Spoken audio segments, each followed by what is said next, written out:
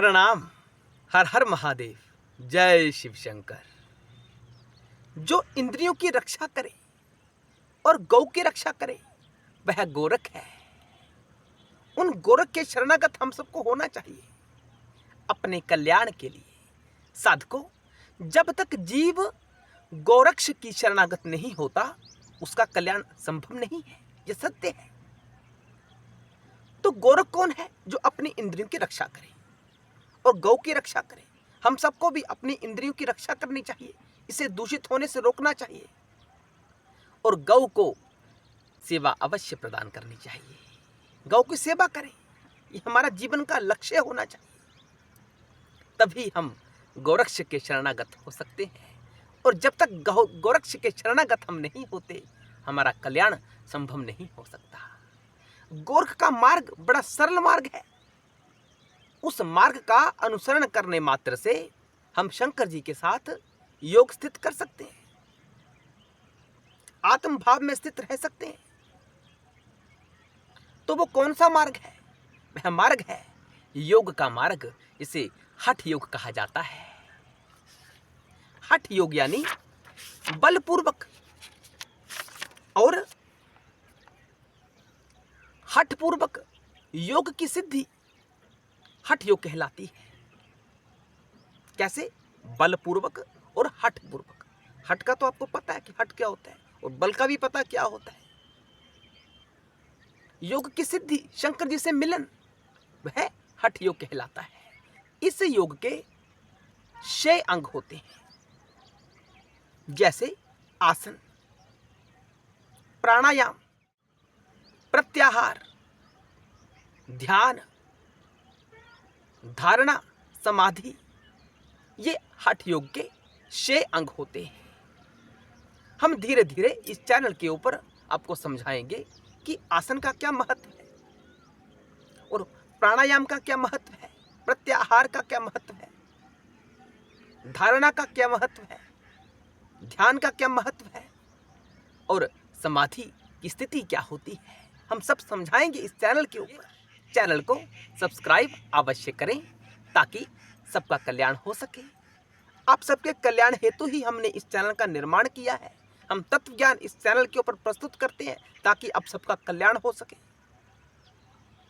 और आपको video share अवश्य करना है अगर आपको लाभदायक लगे तो। साधकों, इस वीडियो में हम आसन के बारे में समझने का प्रयास करेंगे। शंकर ने कहा कि जितने प्रकार की योनियां हैं उतने ही प्रकार के आसन हैं। योनियां कितने प्रकार की हैं? 84 लाख योनियां है ना। 84 लाख योनियों का अर्थ है 84 लाख प्रकार की काया। ये शरीर कितने प्रकार के हैं, कितनी विविधता है इन शरीरों में। 84 लाख प्रकार के शरीर है और उतने ही प्रकार के आसन हैं। शंकर जी ने बाद में इनको 84 कर दिया। 84 लाख से 84 हो गए आसन और बाद में कालांतर में इसकी संख्या और कम हो गई। गोरक्षनाथ ने हठ योग में मात्र 2 आसनों का वर्णन किया है। पहला आसन है सिद्धासन, दूसरा कमलासन जिसे पद्म आसन भी कहा जाता है।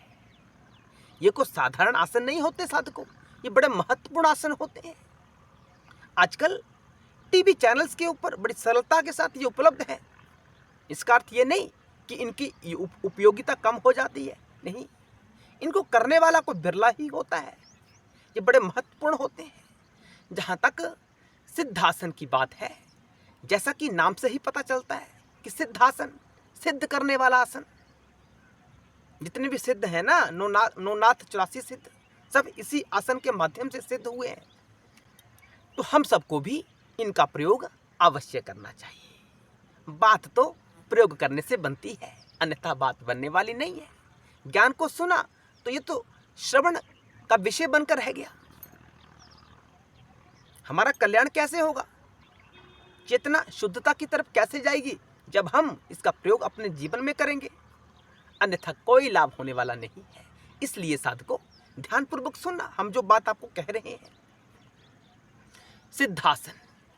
इस आसन का प्रयोग करने से, इस आसन पर नियमित रूप से स्थित रहने से, इसका अभ्यास करने से हमारा कल्याण हो सकता है। सभी सिद्धियां हमारे जीवन में प्रकट हो सकती हैं, ऐसा शास्त्र में कहा गया है। हमारे मन की बात नहीं है, ये शास्त्र कहता है। सिद्धासन, सिद्ध करने वाला आसन, सिद्ध बनाने वाला आसन, सिद्धासन। तो इस आसन को कैसे करना है समझने का प्रयास करते हैं। सबसे पहले इस आसन को करने के लिए हमें बाएं पैर की एड़ी से योनि भाग को आच्छादित करना है, युक्त करना है। उसके बाद दाएं पैर को बाएं पैर के ऊपर रखना है, बाएं पैर की जांघ के ऊपर रखना है, जैसा कि चित्र में दिखाया जा रहा है, ध्यानपूर्वक देखना। उसके बाद अपनी ठोडी को हृदय से लगाना है, ऐसे।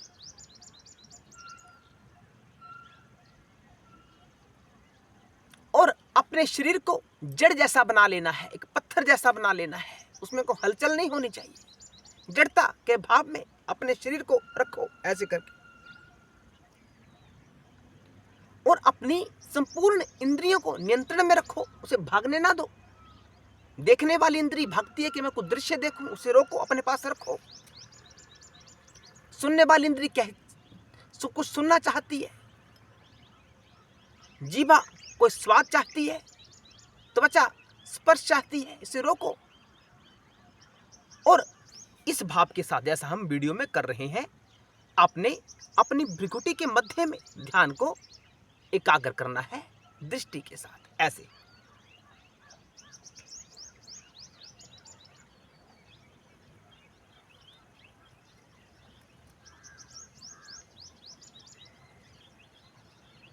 ऐसा प्रतिदिन अभ्यास करें। अभ्यास करने से बात बनती है। 10 मिनट का अभ्यास करें, 15 मिनट का, धीरे धीरे अभ्यास को बढ़ाएं। आपके जीवन में क्या परिवर्तन होगा, आप स्वयं उसका दर्शन कर सकते हैं। आप स्वयं देख सकते हैं कि क्या आपके जीवन में परिवर्तन होगा। आपका जीवन बदल जाएगा। मात्र इस आसन पर बैठने मात्र से आपका कल्याण होगा। ये सत्य है, सत्य है। ये गोरखवाणी है। कहा गया कि इस आसन को करने से प्रत्येक जीव सिद्ध हो सकता है, लेकिन इसका नियमित रूप से इसका प्रयोग करना है, इसका अभ्यास करना है और गोरक्ष बाबा का गुणगान करना है। शंकर जी की भक्ति में हमेशा हमेशा तत्पर रहना है। शिव भाव से बाहर मत आना, नहीं तो संसार आपको फंसा देगा अपने चंगुल में। जब संसार के चंगुल में हम फंस जाते हैं, यानी माया के चंगुल में हम फंस जाते हैं, तो वहां से निकलना बड़ा मुश्किल हो जाता है। इसलिए अपने आपको बचाएं, अपनी इंद्रियों को सुरक्षित करें, भागम भाग की दुनिया से बाहर निकलें, दिखावे की दुनिया से बाहर आ जाएं, तभी आपका कल्याण हो सकता है। ऐसा करने से आपका अवश्य कल्याण होगा। हम साधु भाव के साथ आपको समझा रहे हैं, इसलिए सिद्धासन का प्रयोग अवश्य करें। किसी अगली वीडियो में हम आपको कमलासन के बारे में बताएंगे, जिसे सिद्धासन किस स्थान पर प्रयोग किया जा सकता है। उसे पद्म आसन भी कहा जाता है। हर हर महादेव।